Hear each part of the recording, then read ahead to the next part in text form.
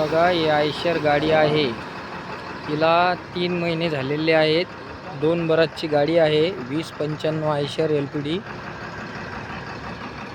Eicher Akola शोरूमहून घेतलेली आहे गाडी.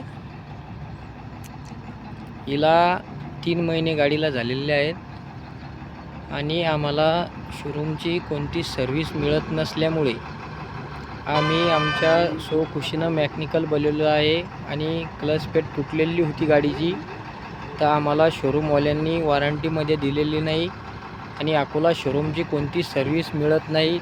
त्याच्यामुळं ही आयशर गाडी कोणीच घेऊ नका, कारण हिच्यात शोरूमची कोणती सर्व्हिस मिळत नाही. आयशर कंपनी डुप्लिकेट आहे.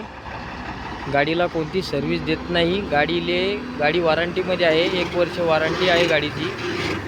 गाडीचे 2 टायर एअर येऊन फुटलेले आहेत, त्यांनी ते बदलून दिलेले नाहीत आणि त्या गाडीची आता क्लच पेट तुटलेली आहे. ते म्हणतात वॉरंटीमध्ये क्लच पेट जळली ती मिळत नाही, तुटलेली मिळती, तर ती पण द्यायला तयार नाहीत. मी गाडी कॉल ब्रेकडाऊन केलेली होती कालपासून.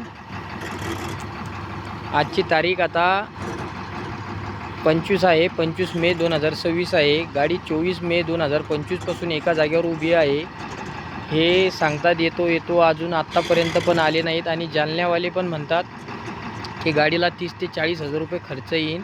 गाडीची क्लच पेट फक्त 9,000 रुपयाची आहे, 9 ते 10,000 रुपयाची, आणि हे सांगतात की गाडीला 40,000 रुपये खर्च येईल.